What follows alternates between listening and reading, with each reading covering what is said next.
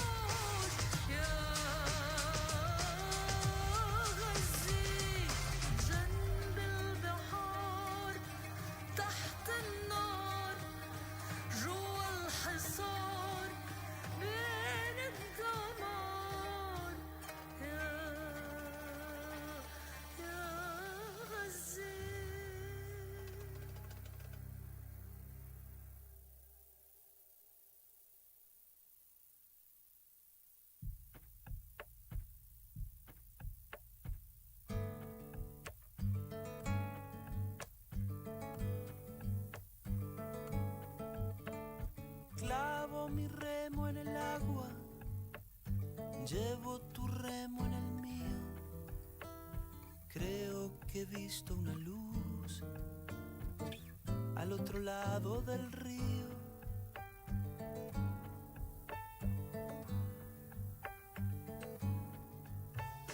El día le irá pudiendo poco a poco al frío.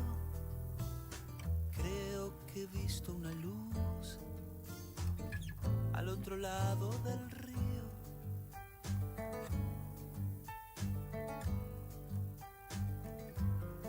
Sobre todo creo que no todo está perdido. Tanta lágrima y yo soy un vaso vacío. Oigo una voz que me llama, casi un suspiro. Rema, rema, rema, rema, rema, rema. En esta orilla del mundo, lo que no expresa es baldío. Creo que he visto una luz al otro lado del río.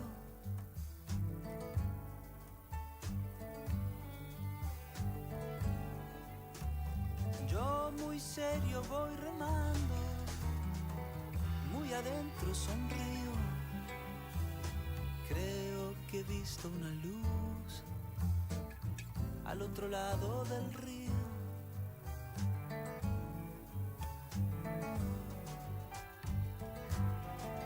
Sobre todo creo que no todo está perdido. Tanta lágrima y yo soy un vaso vacío. Oigo una voz que me llama, casi un suspiro. Rema, rema, rema.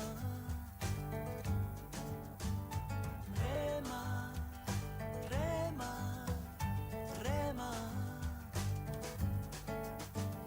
Clavo mi remo en el agua,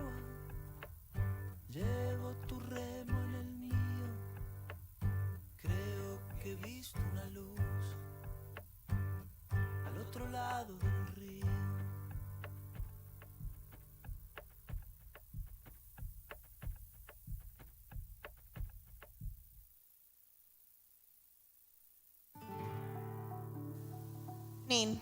Buenas noches. Good evening, everybody. I'm going to announce something in Spanish first.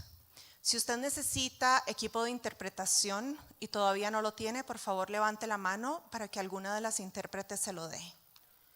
This is a bilingual event, so I just announced that if someone needs interpretation in Spanish and they do not have the device yet, to please raise their hand.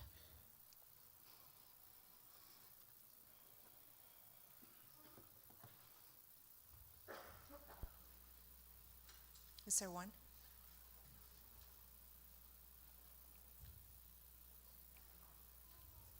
Two? Three? Okay. Elena, ¿podrías traer los equipos, por favor? Son 3. Gracias.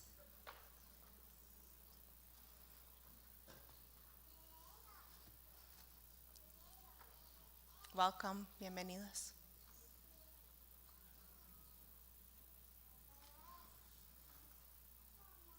Justin. Yeah. Good evening and welcome to the Longmont Museum.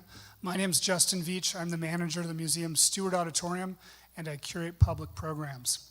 Before we get going, I want to thank a few folks who make our programming possible. The Scientific and Cultural Facilities District, the Stewart Family Foundation, the Friends of the Longmont Museum, and our members, our museum members, of course. Do we have any members with us this evening? Hello, members. Thanks for coming. We simply can't do all that we do without you, so thank you. I also want to thank our media sponsors, the mighty KGNU Community Radio out of Boulder, and of course, KUNC in the Colorado Sound. Tonight's program is being offered as part of our Thursday Nights at the Museum series. Every Thursday evening, we offer a film, a talk, performance, music, you name it. It's a little bit of everything, a little bit of something for everybody. This particular program this evening is offered as part of our Voices of Change series. Once in the fall and once in the spring, we offer a program that tackles topics that are kind of major topics of our time. And this series is, I think we're about 10 programs into this, and we've had programs on the rise in hate crime in the US. We've had programs on the history of race and social justice in Longmont. We've had a program on missing and murdered Indigenous people. All sorts of programming, and we've had great crowds for it. And so thank you for showing up again this evening. I'd like to remind you all that everyone who is not fully bilingual, we've already done this. Without further ado, allow me to introduce to you Ingrid Castro Campos, community member and organizer of this evening's event. And before we get going, I need to recognize that tonight is co-presented with the Longmont Multicultural Action Committee. Thank you. Ingrid. Thank you, Justin. As he shared, this event is possible thanks to the sponsorship of the museum and also the Multicultural Action Committee, so thank you so much. This is actually the third event of this kind. We hosted 2 events that were possible last year by other parties, including local governments, nonprofits, and our local community foundations. If you did not have the chance to visit any of the information tables that we have outside, please do so. These tables are represented by 3 different nonprofits, El Comité de Longmont, El Centro Amistad, and the Colorado Immigrants' Rights Coalition. All of them enrich our community by providing services that improve the quality of life of migrants and participants. Many of you may know El Comité de Longmont, which is a social justice and human services organization that provides vital resources, case management, English as a second language, and affordable access to legal services to more than 3,000 Latino people and immigrants a year in Boulder County. Thank you, Comité. The mission of El Centro Amistad is to create opportunities and programs that promote equity in health, education, and quality of life for the Latino community in Boulder County as well. El Centro Amistad offers access to mental health and disease prevention, while it also fosters leadership and addresses social justice issues. All of their programs are free of charge to the communities they serve. So thank you, El Centro Amistad.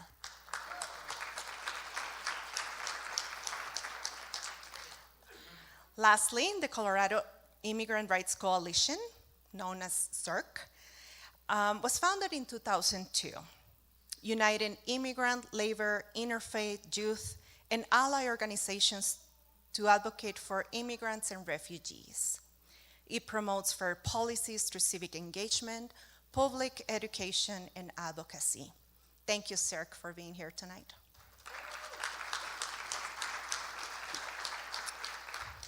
Our true hope is for you to leave this evening feeling inspired to take positive action after tonight's event. Please support the work of these organizations in any way you can. Before we start with our program, I'm gonna get a little personal and share a personal experience. I grew up in San Jose, Costa Rica, for those who do not know me. And in my 30s, and with a 4-year-old boy, I made the difficult decision to leave my country and come to the United States. Back home, I was living in a very small rural town, and coming here was a significant change. We embarked on a journey of hope, discovery, growth, change, but it was also a journey of fear, uncertainty, self-consciousness, feeling out of place, unsettled, and lonely. I have to recognize that I have a great amount of privilege. And my first community started at a local elementary school in Boulder. When we were there, we felt very safe.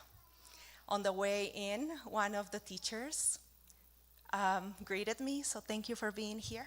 You are part of my community.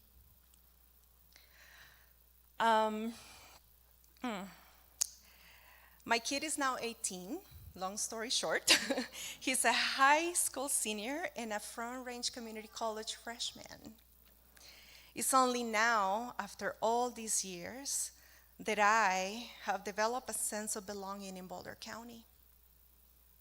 So I'm extremely thankful that you all have become my community, my extended family, and have embraced me and my gifts. I wish for my story to be the story of many. Like myself, many of us found safety in the school system. We know our schools are much more than learning hubs for our children. They serve a relevant role in welcoming new community members and integrating their cultural richness into the makeup of our cities. Did you know that at schools, students speak over 90 languages?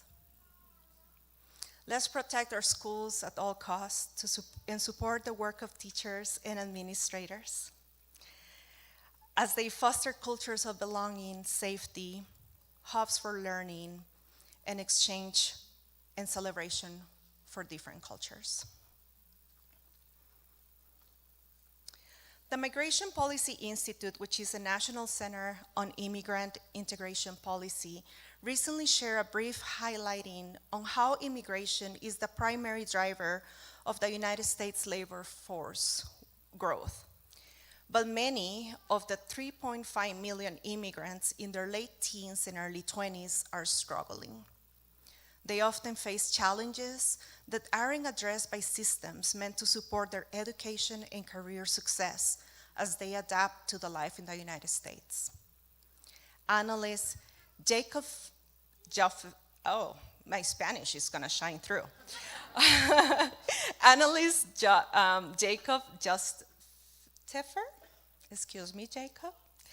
On his brief, he suggests that there's different ways to better support immigrant youth through the Workforce Innovation and Opportunity Act, including personalized approaches, integrated English instruction into workforce programs, and involving adult education providers. It also highlights the importance of considering immigrant youth in local policies to help them succeed economically and socially. He states, quotes, "Beyond economic considerations, supporting the linguistic and civic integration of young immigrants into American society is also critically important. Both sets of aims can be advanced with effective youth workforce services," end of quotes. Reality is that we will continue seeing different migration patterns given our global state. As a community, we need to identify and address our weaknesses, our strengths, our needs, and envision a future beyond ourselves. Last year, Rocky Mountain PBS 12 produced a series of interviews called Humanize, Stories of Immigrants and Newcomers. These interviews use the power of storytelling to portray the lived experiences of migrants, nonprofit, and also government leaders to advance conversations of change. I'm so excited you're here tonight because we're going to do the same. Tonight, we will teach 2 of these interviews, and I'm delighted that among us tonight is Erin Preston, producer of those seasons for PBS.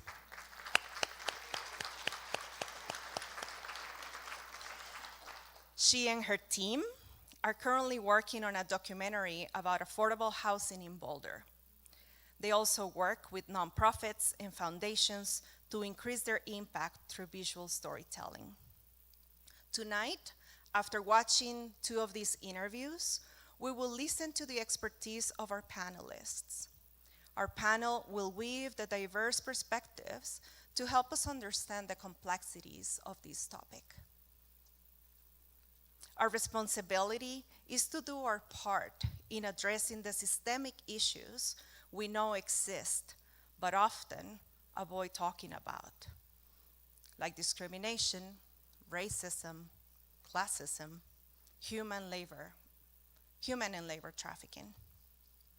Let's normalize that having conversations about immigration are extremely complex. The United States immigration system is changing and affects many people in many ways. My invitation to all of you tonight is to listen actively and deeply from a place of curiosity and openness to explore new angles. Avoid listening from a place of judgment and instead challenge your beliefs. We're here tonight to have a conversation rooted in strengths and possibilities and our shared humanity, especially and particularly in these times when hate speech is part of our daily lives. I encourage you to be brave and pose difficult questions when the Q&A section of our program comes up. You may choose to share a reflection instead, and that's okay. We will wrap up our gathering with a few closing remarks from our panelists. But before this screening, I would like to ask Erin a question. You can come closer.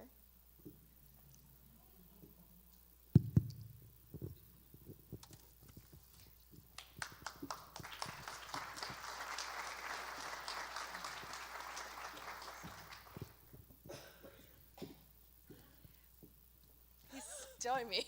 I tricked you. Did you see that?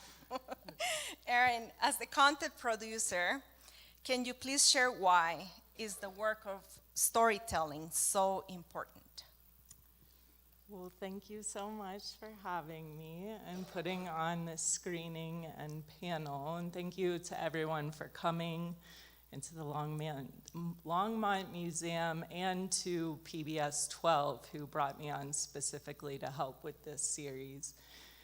I think what's great about my approach to storytelling in this series is that you're hearing directly from the people themselves And I often ask, would you rather tell your own story or have someone, specifically the media, tell it for you? And often people would like to share their own stories, so you're getting... Is this better? Okay. So when you hear the story directly from them, it gives us really an opportunity to connect and see ourselves in them. And I feel like this dissolves the barrier of othering, and that we become a stronger community through it. So what is it like to walk thousands of miles for your family, really, the safety? And what's it like to be the doctor going to room, or the teacher? And we get to hear about their lives as well, and everyone involved. So, and like you just said, our immigration system is so complex, and a lot of people really don't know, so you get to find out through them themselves. Does that answer your question? Yes. Okay. Thank you.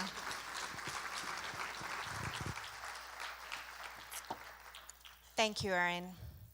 Now we're just gonna sit back and watch 2 of these amazing interviews. Thank you.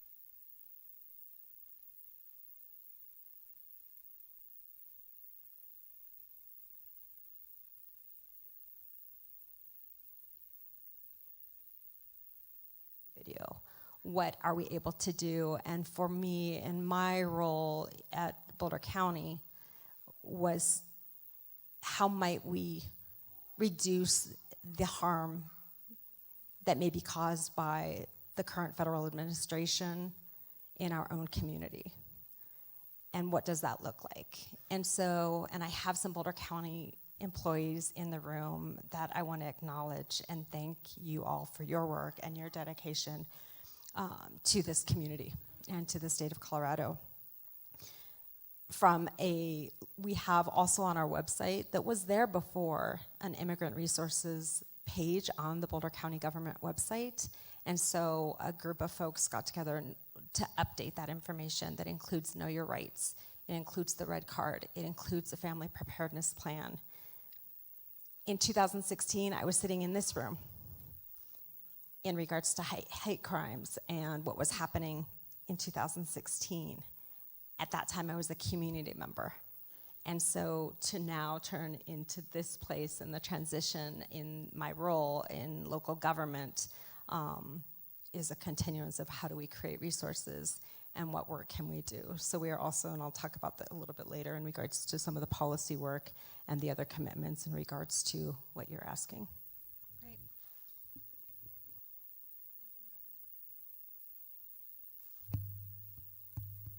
Thank you, Martha.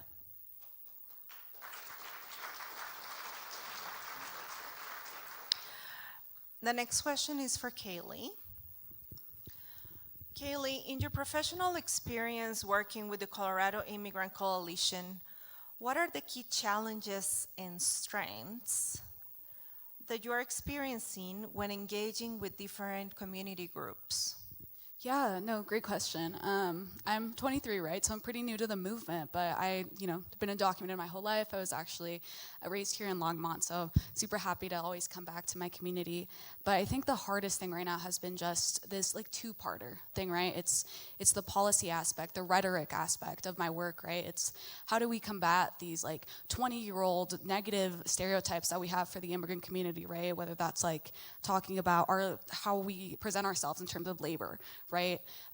I would like folks to know that we're more than our labor, right? And that's part of our, part of the work that I do. But the other part is that immediate necessities that folks need, right? Whether that's Know Your Rights work that I'm doing at the moment, right? It's going into communities, teaching them about their rights and what to do in different situations, right? Because at the moment, people are scared, right? They're scared of tuning in to see what the administration is going to say next, right? What comes out, the news cycle. But also, it's do I want to drive to take my kids to school? Do I want to drive to go to work, right? It's all these immediate things, and so balancing that has probably been the hardest, right? Is keeping in tune with what's happening, but also ensuring that I'm there, right? And it's also super personal to myself, as it was mentioned. I am a DACA recipient, and both of my parents are undocumented, right? So it's super personal. So at the same time, it's balancing both of those things, right? It's not just a political issue, right? That's on the news, that's part of the news cycle, but it's a very real thing that I've been dealing with for 20 years, right? That our communities have been dealing for decades, right? This anti-immigrant rhetoric isn't new. It's hundreds of years old, right? This, United States, it's not new, right? And their policies and the way they present themselves and the way that they've, created unbalance across Latin America, right? There's a reason why folks are here, and so it's so much to my work that I have to do. And it's very personal, but yeah.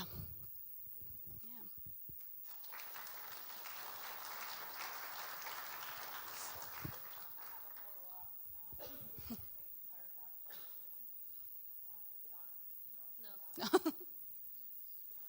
No.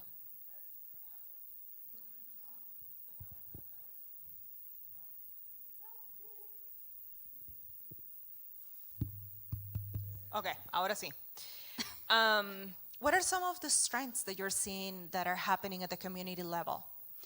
Yeah, I think there's so much resiliency, right? I think we tend to put this urgency on what's happening right now, but the reality is it's not just the Trump administration, right? It's been happening for decades, and so just seeing the way that youth, that even kids, right? That I've heard about kids knowing about what to do if ICE comes to their door, right? It's not just it's not just happening with the parents, but it's everyone, right? So I've seen generationally how this resilience continues to happen, right? Like there's a reason why I do this work. I saw how it affected my parents in 2006, right? And so I'm seeing that again, right, with all these youth coming up and wanting to get involved. And so it's just that consistent resiliency that I think is the beauty and the strength and why I keep doing this work and why I continue, to want to go into community and teach these rights. So it just comes down to resiliency. Thank you. Thank you. The next question is for Montserrat. You are one of the most courageous sisters I treasure, and you know that. But from your grassroots experience, Montserrat, as an activist, can you please share what you're seeing in your work and community organizing efforts? Yeah, so I've worked as a dispatcher with the Colorado Rapid Response Network for 7 years now. The network was started back in 2017 during the first administration. The network is made up of confirmers and dispatchers, legal observers, all volunteer run who believe in the ability for community to protect community. We're seeing an increase, obviously, of reports and activity.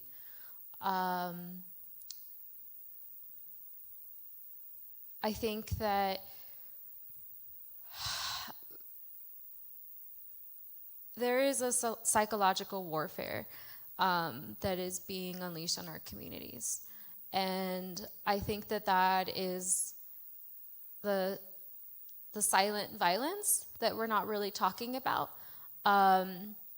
Like Kaylee said, folks are scared to leave their homes. They're scared to go to work. They're scared to take their kids to school. I can't unhear the amount of calls we've received as a dispatcher when people are whispering in their homes saying that ICE is out the door, and are asking and begging for somebody to go and to respond and to support. We know that this is going to have a generational impact. And I worry about my mom. I worry about my communities. I worry about the people that I love and what their health is going to be after we survive this. And I think a lot about the young people, the children of undocumented immigrants, myself included, the collective and generational trauma that we all have lived through and continue to live through. And I do want to continue to uplift the resiliency piece because we also lift each other up. We're not alone in this, but that doesn't mean that it's not hard. The CORN network, which is what we call it, the acronym Colorado Rapid Response Network. So the CORN network, I think too, we have been really overwhelmed with people wanting to volunteer. I really want to caution folks who want to be allies to this work, who are not directly impacted, to think about where your sense of urgency comes from. It comes out of a reactionary state. It comes out of a savior complex. Our communities have been saying that this was going to happen. Our community predicted what this was going to look like. And yet, here we are. And we've already lived through one administration. We're going to do it again. And I think that this is an opportunity for us to do things different, for us to really look at what we can learn from past years of doing this movement work, how we can really put our communities front and center so that they can lead, so that they can be their own agents of change and feel empowered. My mom, I grew up in a home where my mom experienced a lot of domestic violence. And I remember when we were no longer in that situation, and my mom found her voice, and she has not stopped being afraid. And I think a lot about the responsibility that we have as children of undocumented immigrants. Our parents have had to silence so much. They've had to suppress so much. They have been disempowered. They have been dehumanized. And I think that we have an opportunity to give them back their power and allow them to no longer be afraid. Like I said, our communities are enduring a psychological warfare. And in the trainings that Kaylee and I have done together and that I've done on my own as the Know Your Rights facilitator, that's really what it is. We want our communities to feel like they have a voice, like they have power, like they have rights, and that they can exercise those rights. Because right now, our communities don't feel like they're humans. Like they aren't recognized as being human. And I think a lot about my mom in this work. Like Kaylee said, this is deeply personal. And I feel like I have an obligation to pay back every single sacrifice that my parents made to bring me into this world and to instill the values that they did. And so I just want to remind folks that it is this community that needs to be the one leading this work with your support, of course. This is the space for allyship and to really show up and, quite frankly, put your body on the line, put your privilege on the line. I also really, I understand that this is traumatic for everybody, and when we are in this trauma response, right, it's either flight, fight, fawn, or freeze, and there are a lot of folks who just want to carry on business as usual, none of this is happening. I want to invite you to explore your privilege and explore how it is that you can disconnect from this reality. Not only is our community navigating psychological warfare, but there's also been an increase of hate crimes in our communities. Folks are being harassed, not just for the color of their skin or for speaking a language, but also for being visibly queer or visibly trans. Just anybody that doesn't quote unquote belong in this country is under attack, both in a systematic way, but in an interpersonal way. And it is very unsafe for our communities, and I think that I really just want to remind everyone that when we feel so disempowered by the system and policies and federal changes, you have the power as well. Especially if you have privilege, you have the power to be an ally and to be an agent of change and to really show up. And yeah, I think I'll stop there. But those are some of the things I wanted to touch on of what we've been seeing, at least in the last few months. Thank you, Montserrat.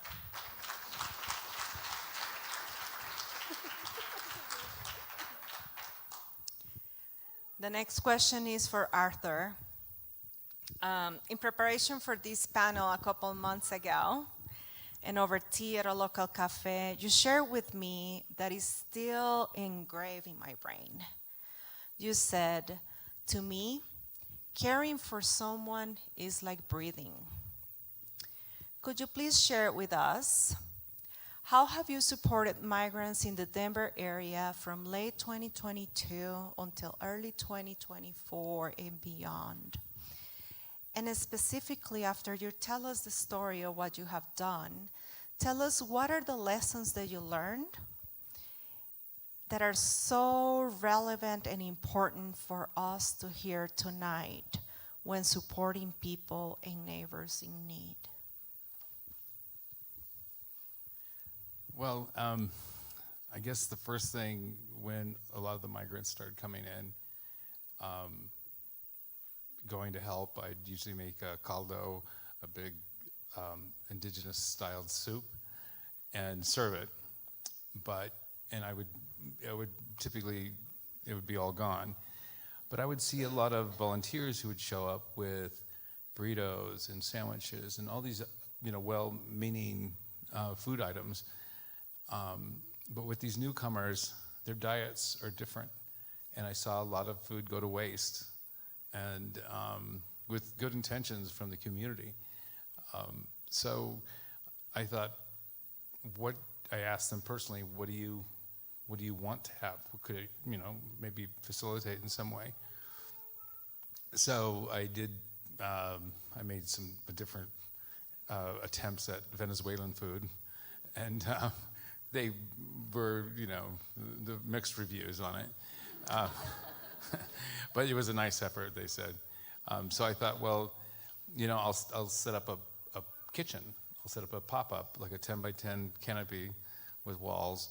I put some tables in there, a cooktop. Montserrat brought a cook stove for me at the Pecos camp.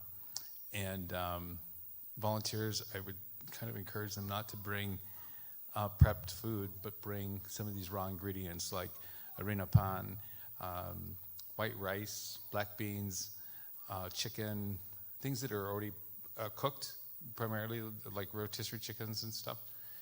And it was amazing how the complexion of the camp changed and how they cared for the kitchen. One, we had rules and stuff, but they really, it just seemed like they had some dignity. It wasn't just a handout anymore. It was something, and they would always offer you food, and they'd make me eat first. And I was like, no, try to give it to somebody else. But then I figured it was rude. So, it really, it seemed like all the different places, we set up 9 kitchens in different, after we'd get swept, we'd move someplace else. And it was always, that was a central part.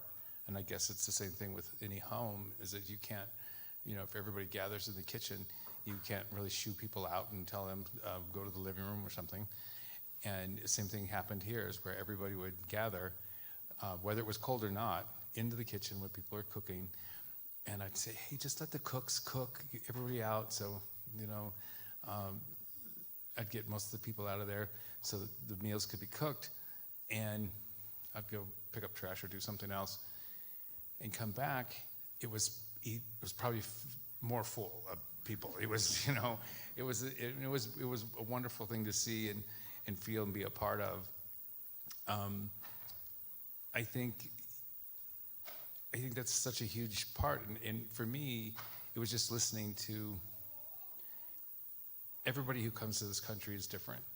It's not like one thing that they would say when they came over is that if they were in detention or they were being held someplace, they were fed burritos. Venezuelans don't eat burritos.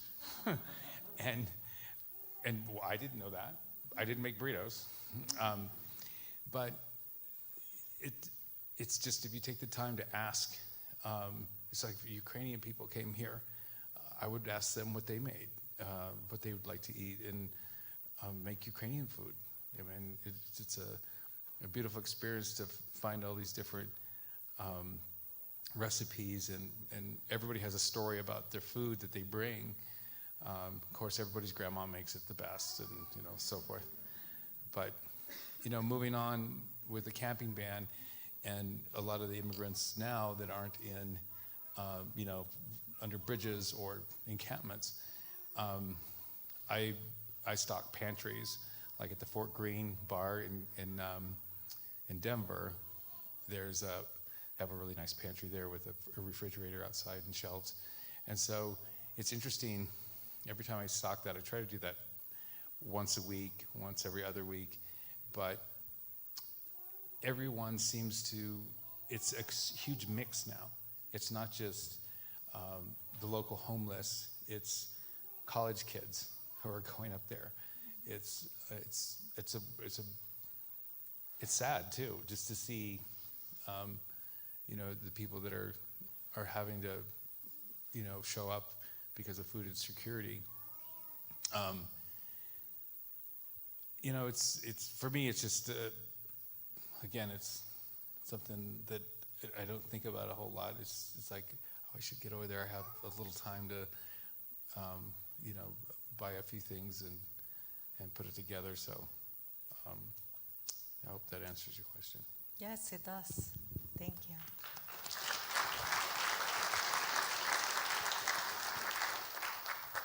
It makes me think that what you're all saying is built into this really complex issue, and yet is so simple. We're talking about basic needs. We're talking about shelter, clothing, food, right? Emotional safety. So I appreciate all of your remarks. I want to go back and pose another question to Commissioner Lochamin.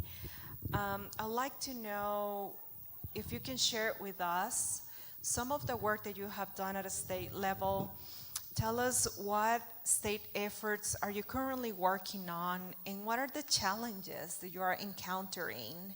And then on the flip side, once we mention, or you mention the challenges, what are some of the highlights and opportunities that you're seeing?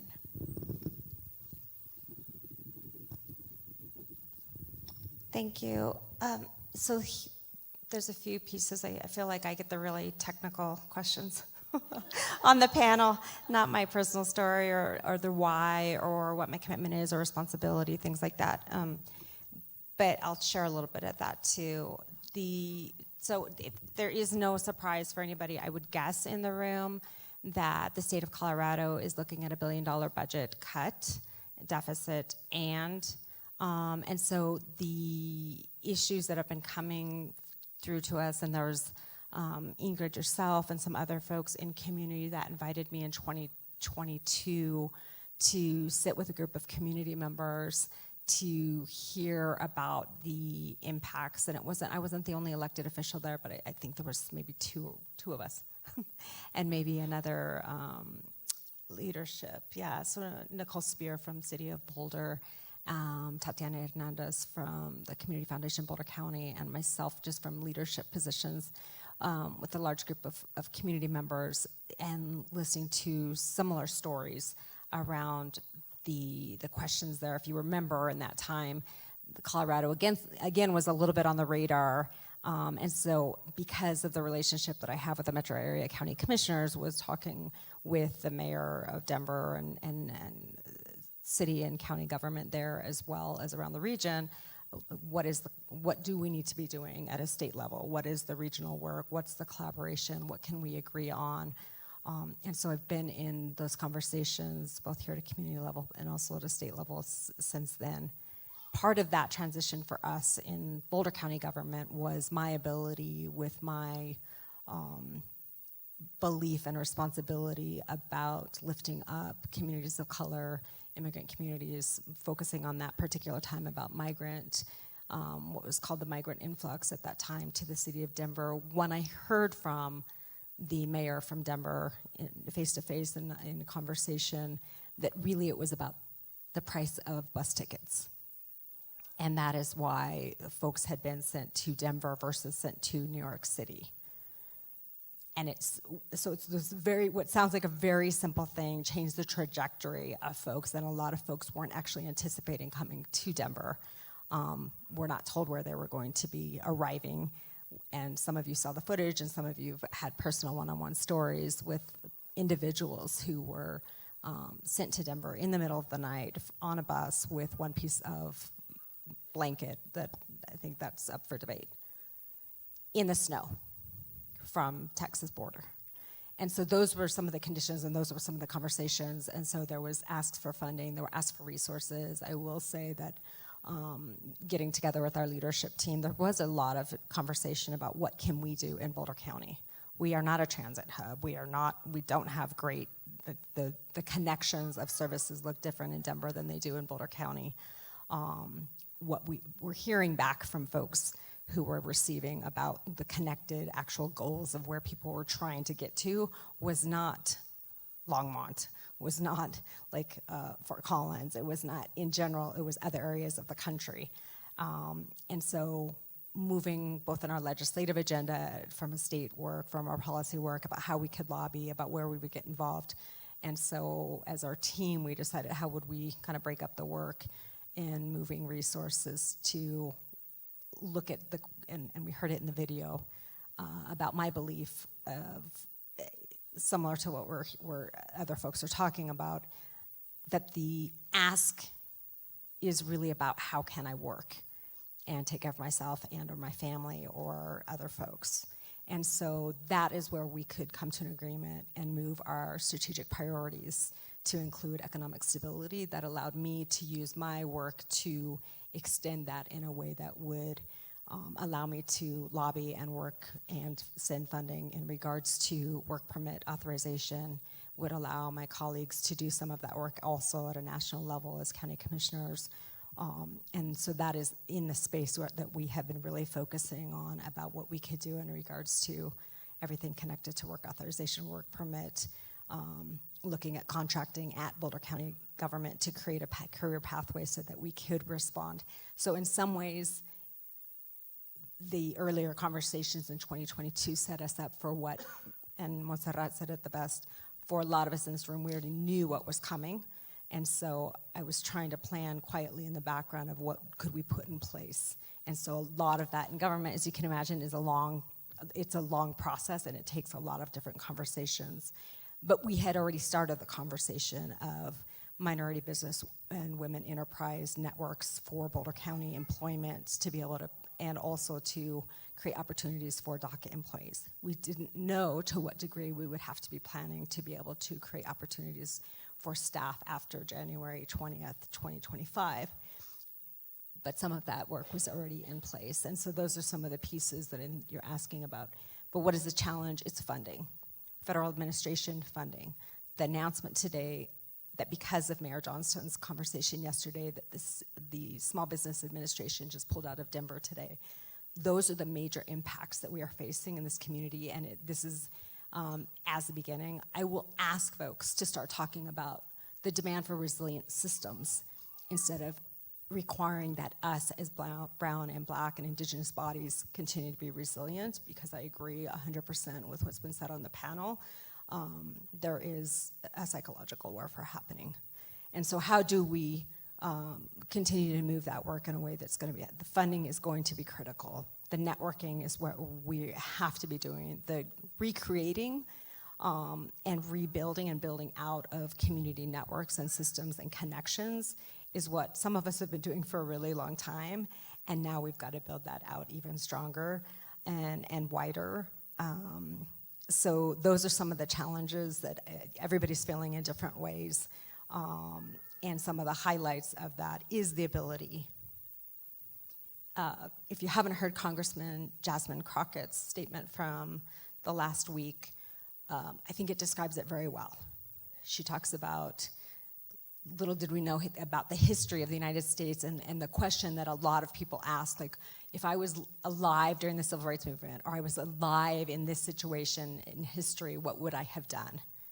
And for me in 2016, my response was, I will get my name on the ballot in 2020 to be an elected official so that I can be at the table to try and move some of these decisions, funding opportunities, resources, networks, procurement, contracts, in response. I did not know then that I would be sitting here again for a second term of a Trump administration. And I've also been using that work, and the highlight is that now I can go to DC in 2 weeks with a new message. So the first time I was there was in January 2017, really talking about do not build a wall. And now the message will be a little different, but also just as clear based on a lot of input from community members and a lot of lessons learned over the last few years here in Boulder County.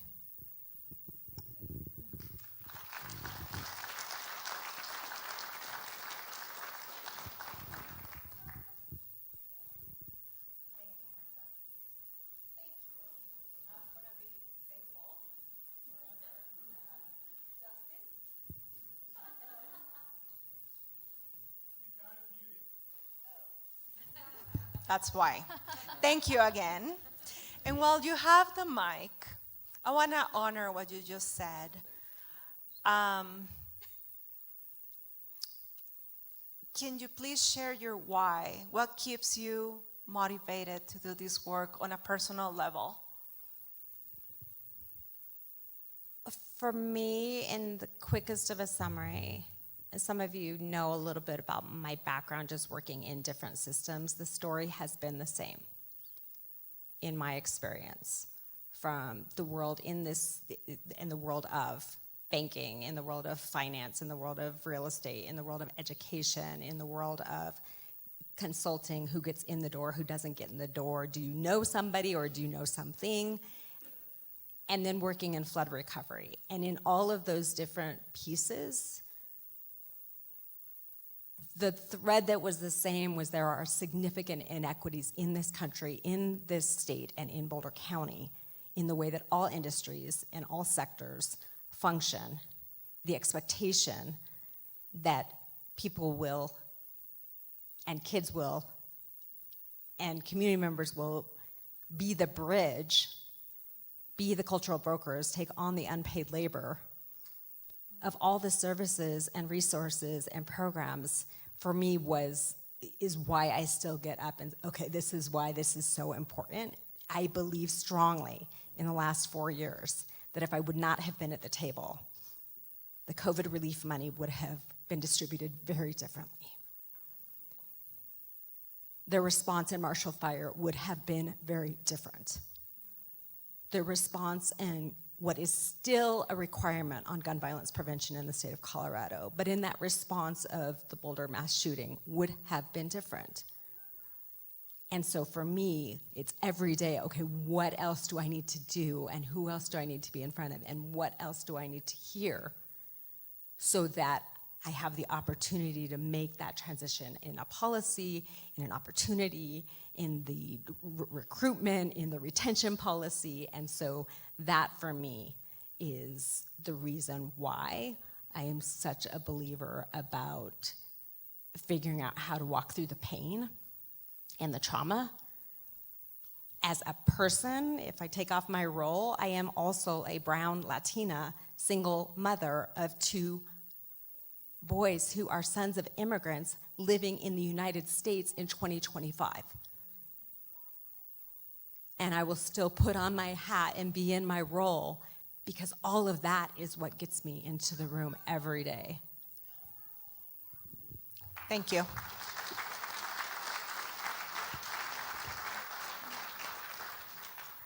I think this is the time. This is the time where we would like to invite you all in the audience to participate. There's gonna be 2 mics on the floor, and we will be passing it around.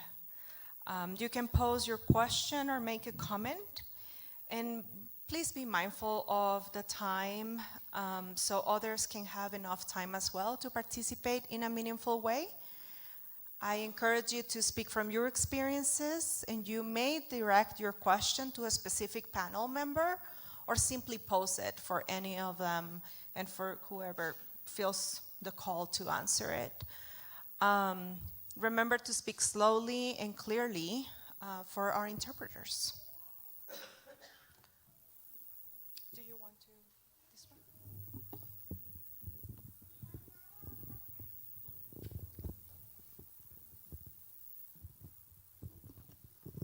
And please do wait for the mic to come to you before you ask your question. We are live streaming this evening.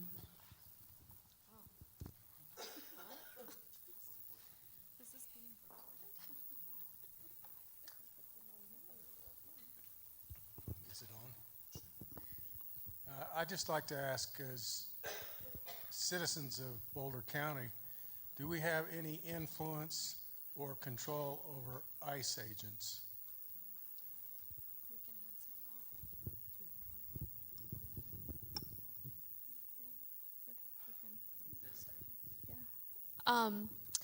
So I wrote some notes around what non-immigrant allies can do for this work, and one of the things that I had wrote down was police ICE, watch ICE, document ICE interactions. If you yourself have not attended a Know Your Rights training, I'm sure that Kaylee can talk a little bit more about that. It's super important for folks to know their rights, to know what legally you can do without risking arrest, and then maybe more if you're willing to risk arrest. But I think that we all have a collective responsibility to document and watch ICE and ICE interactions with the public. Something that I think a lot of people don't know is that, first of all, ICE is a very new agency. And I believe that if it came into fruition in such little time, it could also be destroyed in that same amount of time. So I hope for the day that ICE is no longer around. And I think too that we give that agency a lot of power that they actually don't have.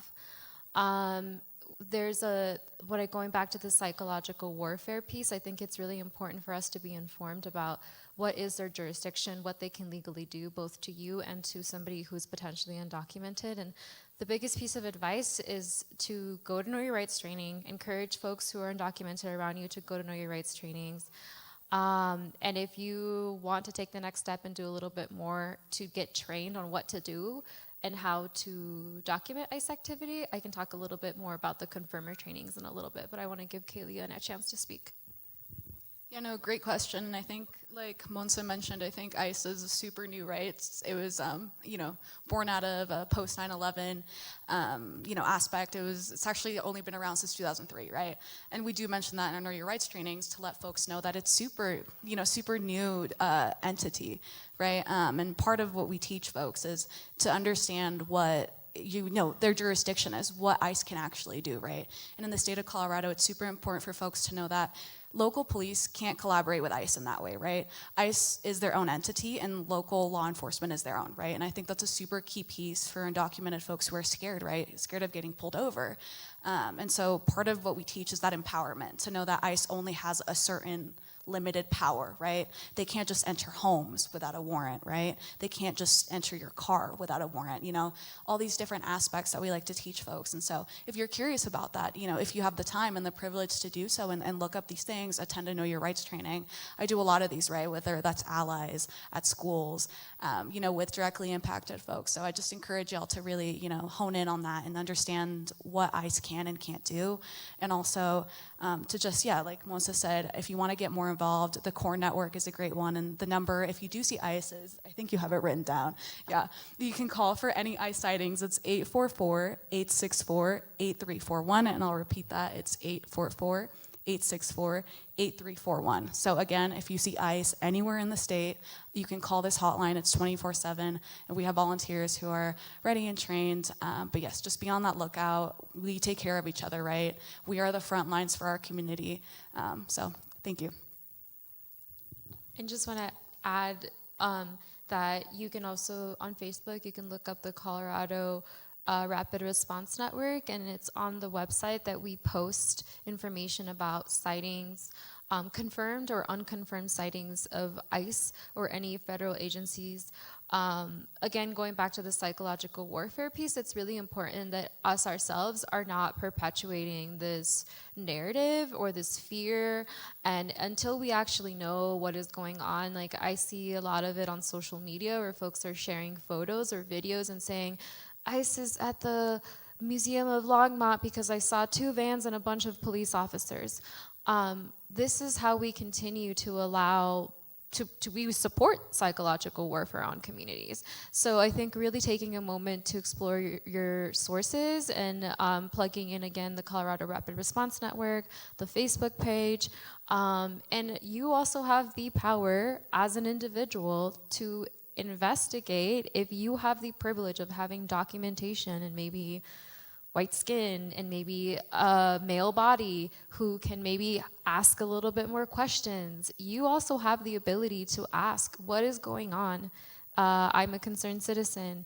There's a school down the street. I just want to make sure that families are safe. I want to know what's going on. And you can ask those questions yourself. And you shouldn't be, there shouldn't be repercussions for that if you are not undocumented. There's a question here. Hi. Sorry. I was just wondering as funds decrease, what the plan is for existing organizations what plans are they taking to continue operations?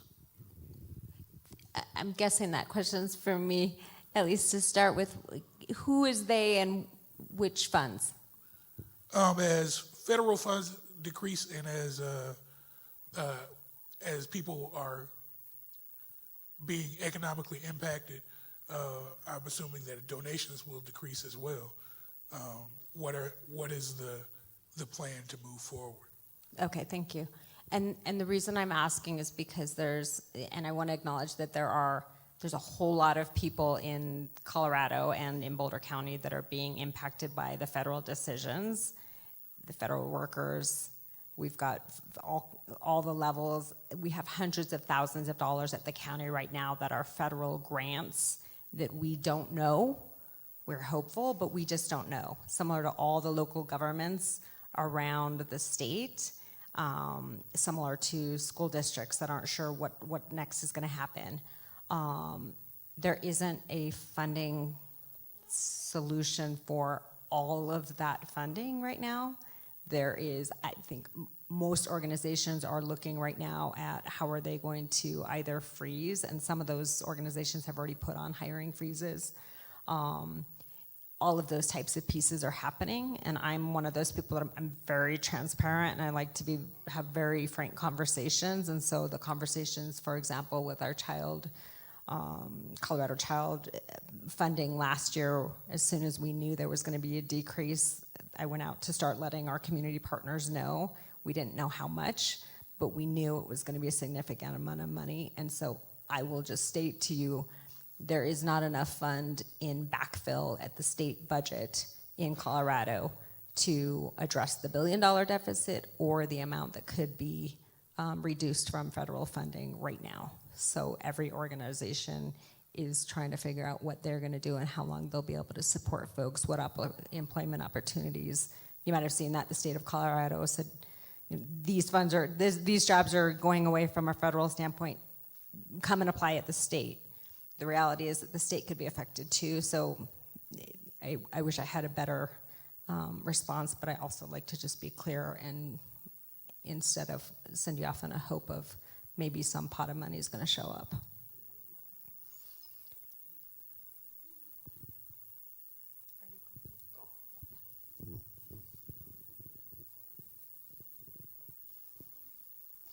Excuse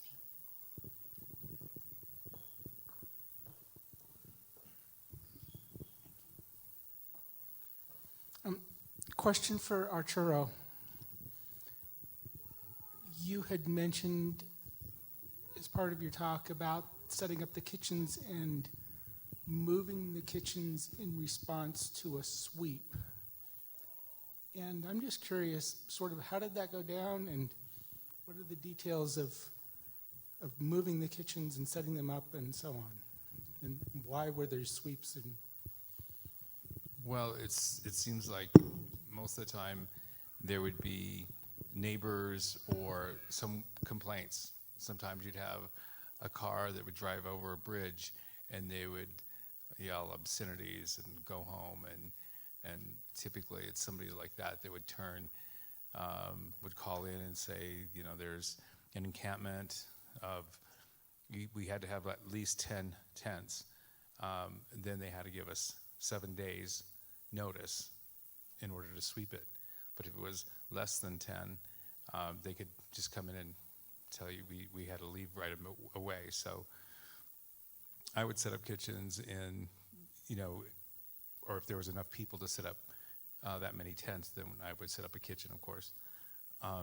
But the sweeps are really traumatic, and it's demoralizing, and they send a bunch of cops and just stand around and just like, they're a bunch of criminals, and they're mostly, women and children, and it's really, it's really hard, especially when everybody's asking you, like, where do we go, and so when we take a kitchen down, pack it up, and we find a spot, to move to.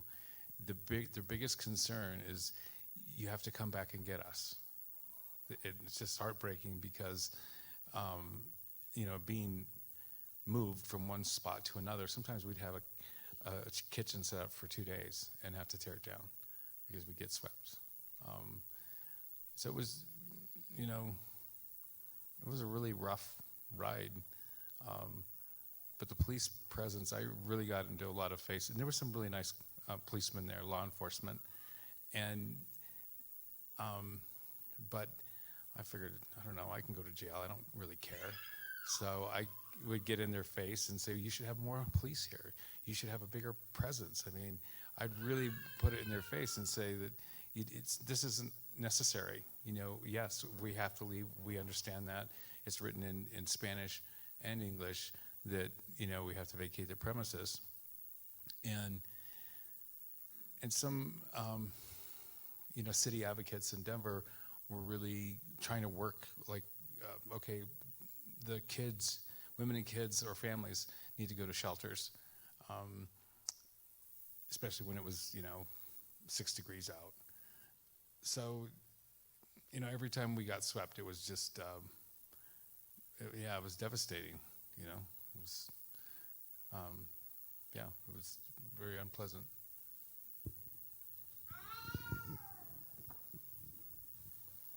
I think we have time for maybe 2 more questions.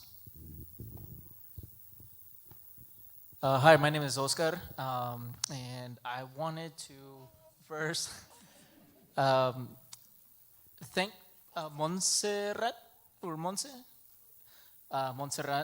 to talking about the psychological warfare, because we know trauma travels 7 generations before us and 7 after us, and it has been used tactically by the 1% to, one, keep us in the place that we are, away from us succeeding and away from us to continue thinking of us as a labor rather than human beings. Secondly, for Marta, in regards to the county, has the county been proactive in setting guidelines or doing what, as we know what ICE does, they go to courthouses, they go to hospitals, and now that they're able to go to schools now, and we know Boulder public schools have done something. I'm not sure about Longmont setting their statements in regards to not allowing ICE close to school grounds. So I'm not sure. I haven't personally heard anything in regards to Boulder County setting any statements as such. Are they planning to? And also, more than anything, we know it's public information in the courthouses and all that, but there are precautions that the county can take. Even just a simple statement can do a lot. So I'm kind of wondering if the county is proactively being and engaging in such things. Thank you. Thank you. Thanks, Oscar. We're just trying to say who's going to answer which question first, so I'll start.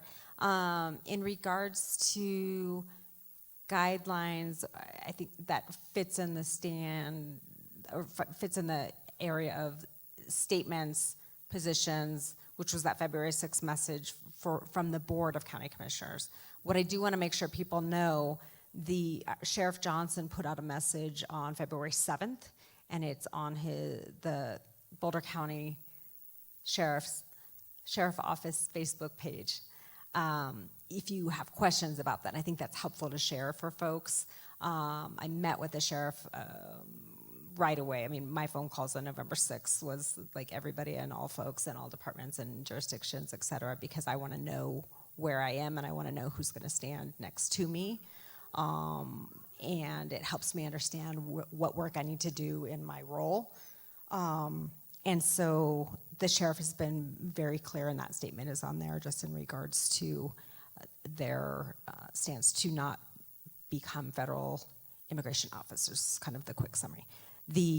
Our district attorney's office, Michael Doherty, also put out just a statement, kind of a we also had some conversations. It's kind of like an FAQ for folks who are wondering from the prosecution level and or from also from just locations and courthouse. I will share, I don't like to speak for other elected officials, but I think for this room it's important to understand that work that D.A. Daugherty has been doing isn't new work. He was in this room in 2016 when we had a community gathering to talk about how to respond, and has done a lot of work in that space. But he's also got a program, and they're working on another one right now in regards to a warrant program so that folks can go on the weekend outside of normal business hours in a safe space to address anything that would potentially cause more issues if somebody was pulled over by police or something like that. And that's now a partnership with Jeffco and some other areas. So is there an opportunity for guidelines? Yes. Is there an opportunity for, and what we started to do at the same time was just looking at other policies from a state level as well. With legislation, I've got a whole list of legislation, but that's not as exciting to share with you all in regards to the space that we're also at and where I'm at, advocating, testifying, both here at the state level and also national work. So I think what people can take away from that is asking other agencies and organizations. I heard you talk about the school districts, and I had meetings with both VVSD and St. Vrain to ask that question. I will share that, and I'm sure folks know, that it is a complicated place. And when I go back to the question that we have at Boulder County, how do we reduce the harm of folks who are going to be most impacted in Boulder County? So what a lot of leadership folks have been trying to navigate is how do we not put a target on ourselves in the state of Colorado with this federal administration who's so vindictive, and also be able to be clear so that community members know where folks can be and where there'll be support. And so we've also here in Colorado, in this area of Colorado, I should say, have been navigating that question. Ingrid, I hope we have time to talk about the social emotional question afterward, the one that you had sent ahead of time. But, well, I wanted to answer a little bit of this question, and it's good that Marta's here, because so I'm going to put on a hat as a Boulder County employee, because by day I work for Boulder County, and I can speak as an employee that we've received resources and information, very clear boundaries of what we can do within our role, what we shouldn't do, both because I think sometimes it's not our role as the county to be at the table in some of these things. Like, inherently folks see us as government, and for good reasons, like, don't trust us to be the mediators and trust us to be these connectors. And so I think I'm like recognizing that sometimes it's not our place to be in the room. And that places where it is, like, making sure that our staff are supported and know what they can say and what they can provide. And yeah, I think that's all I want to share for now. I'm taking off my hat. And now back as a community member, I think that all of you have the ability to put a request to whether it be the school district or your other two county commissioners who are not here, to do more. And I think that the statement, like Marta said, words are words, and now they're trying to see how that's gonna look like in action. The city of Boulder put out a statement, Boulder County commissioners put out a statement. I'm still waiting on the city of Longmont. So if you're a Longmont resident, are you having those conversations with your elected officials? Are you having conversations with your school district representatives, your school board? I think that right now it's the time for folks to make a very clear statement about where they stand, because silence is also violence. Like, if you're not saying anything, you're saying a whole lot to me. And so I think that just want to also say, like, you all have the ability and opportunity to voice some of the things that you would like to see from your organizations, elected officials, and so on. Companies, local government, etc. Thank you.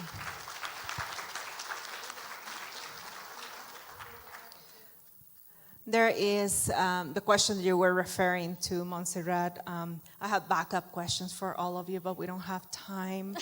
But if you can briefly address the fact that for you to share a little bit of the social emotional needs that you're seeing in our communities. I think you spoke about it briefly on the emotional welfare and mental health welfare, but can you just, again, if you want to go deeper a little bit on that, please do so.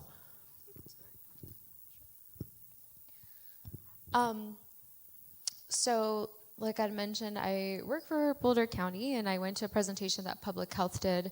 Dr. Liz Mendoza did a study on mental health in the Latinx and Hispanic community within Boulder County. And it sort of fell in line with a lot of the things that I'm observing and living and seeing in my community. And there were 3 things that really stood out to me that she presented on. And she highlighted like the three highest needs that they saw in the 88 people that they did surveys on. They reported high rates of anxiety and depression in youth. They reported high substance use, such as alcohol and recreational drugs. And they reported high rates of anxiety and depression in adults. I can only say that these are going to continue to increase. Again, I don't mean to, keep saying the same thing, but our communities are enduring a psychological warfare. And like you mentioned, like this is strategic. This has been happening for generations. And I just want to highlight some of the things that we are doing in community. So one of the first things I'm going to highlight is the work that Ingrid and Avani and other organizations are doing, such as Natural Highs, Black Mesa Remedios. They're offering AccuDetox and AccuWellness in the community. If folks are not familiar with this modality, I recommend that you look up Natural Highs. So Ingrid and Elena, who's also in the room, they've been doing trainings in the community in Spanish. And so now there's a whole group of mostly mujeres who are offering the modality of AccuDetox, AccuWellness for community. It is something that's rooted in the Black Panthers and the Young Lords. I highly, highly recommend that folks look into the history. There's a YouTube documentary called Dope is Death that you can look up and learn about that modality and where it came from. Also seeing like an increase in like culturally competent therapists and mental health services. I want to shout out Elena and Jorge's daughter, Maya Sol, my hermana, who also has a business called My Emotion Healing, who are offering culturally competent therapy and mental health services. Centro Amistad has their circles that Ere and other promotoras are doing to provide a safe space for folks to be able to be held and to talk and to process and to be witnessed. Seeing a lot of faith-based organizations making it very clear where they stand so that folks have a safe place to pray and to be in community. And just seeing overall like a lot of spaces for undocumented folks to be held and to be witnessed and to be able to share their stories, como, like how they say in Spanish, desahogarse, to literally like undrown, to be able to release all of this trauma and fear and pain, things that our communities are going through. So yeah, I just want to share that piece, and I'll leave it to Kaylee. Thank you. Please be brief so we can wrap Real quick, up. I'm so sorry. Real quick, I've seen this from, our elders all the way to children, right? I do these Know Your Rights trainings with community, and the thing I hear the most is these stories that impact me from kids, right? Because I remember being that little 5-year-old when the raids are happening in 2006, right? And it's had such an impact on me and the way that I act and the way that I present myself. And I hadn't really realized how much it was taking a toll on me until, shout out AccuDetox, but it really has really helped me in that way to ground me. But I've heard stories from like parents having to teach their kids to not open the door to anyone, right? Until they verify that it's someone that they know. to not open the door to ICE, right? It's these little 5-year-old kids that have to understand this ginormous, enormous threat that they have, with their family. I heard about this 5-year-old running up to their mom because they heard someone knocking on the door too hard, and she thought that it was ICE. She thought that they were coming to pick her parents up, right? These are stories that resonate with me, not just, because I hear them all the time, but they resonate in my body emotionally, right? Because me and my little sister went through that when I was growing up, right? And so I really want to, re-emphasize what Monse said and all the wonderful opportunities that are being presented, because it is just a strategic thing to have us in our neurological system overwhelmed and constantly just in this like fight or flight mode, and that. So just shout out to all the wonderful women and organizations that are doing this work. Thank you. Ingrid, before we wrap up, I just want to give Adriana Perea from the City of Longmont, our Community and Neighborhood Resources Director, a moment to tell us a little bit about what the City of Longmont is doing. Yeah, thank you, Justin. Thank you, everybody, for being here and our panelists. So grateful for you all to be here. Just wanted to clarify that the City of Longmont does have policies. They've been in state since 2016. We have policies that support undocumented communities. We work very closely with police, El Comité, sponsor this event and work very closely with the Know Your Rights training. We actually did a training with Kaylee for our city employees. And so just wanted to clarify that the City of Longmont is a welcoming city for all of our community members, that we want it to be socially and equitable and accessible for everyone who lives, works, and comes to the City of Longmont. So thank you so much for being here.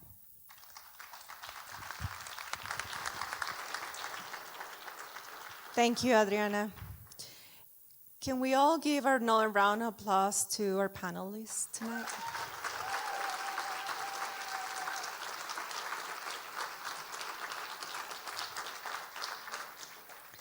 I'd like to remind you that the idea of putting these events together is an opportunity for all of us to expand and stretch in ways that maybe we don't do very often. The more we do so and the more connected we feel to one another, the more we're going to be able to foster change. Also is an effort that is nonpartisan, unaffiliated, but it is only possible by the support of amazing local organizations, foundations, and local governments. So thank you for those of you who are here representing those entities. And this is the time where I would like for you to take a look at your program. Actually, on the front side of it, it has the description of what we were doing tonight. But on the other side, you will see 2 prompts. You got a little pencil, and if you do need a pen or a pencil, please be a good neighbor. Please take a minute to answer those prompts. And on your way out, you will see a clear box on the table that is on your left. Please drop it off there. We would like to be inspired by your presence here, knowing what moved you and what actions you're going to take from this talk. Thank you to Deshaciendo Nudos or Untangle for the interpretation and the interpretation team tonight for supporting us with the language access component of this event. Please, for those of you who have the interpretation equipment, return it at the front. We hope that you have a good time. We wish you a good evening, and thank you for coming. I don't know, Justin, do you want to do a few words? Well, I'd like to thank you, Ingrid Castro Campos, for organizing a beautiful event. And, you don't represent an organization. You are a concerned citizen who's put this together, and I just want to say how much we appreciate you bringing us this program, and our wonderful producer of the PBS 12 series as well.